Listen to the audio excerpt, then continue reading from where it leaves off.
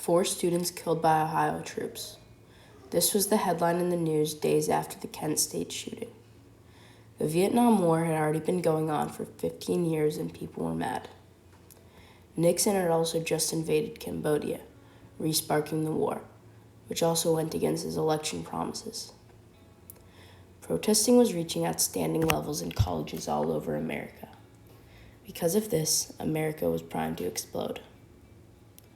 All of these tensions landed on Kent State University, a college in Ohio that, after a few protests, had soldiers ordered to supervise the school. As I said before, protests were in full swing, and as though it was predetermined, another protest broke out.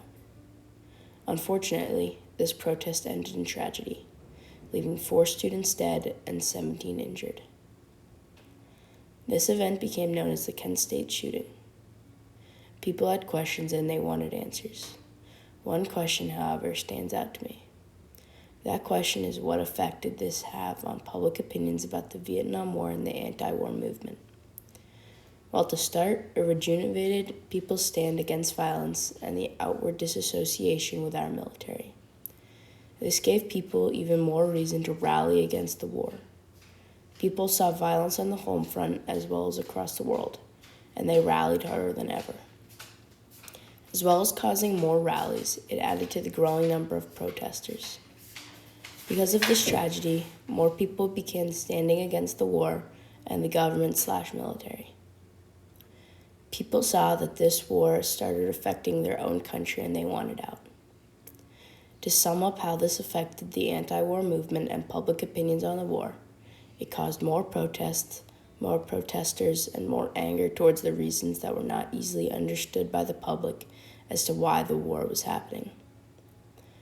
How did the Kent State shootings influence public opinions on the Vietnam War and the anti-war movement in the United States?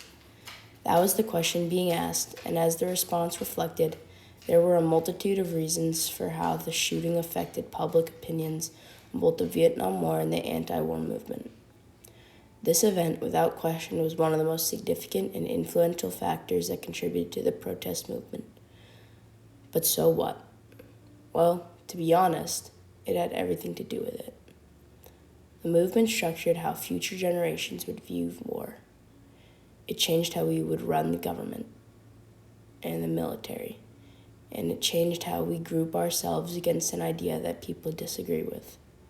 And this event had a ton to do with all of this. So yes, it does matter.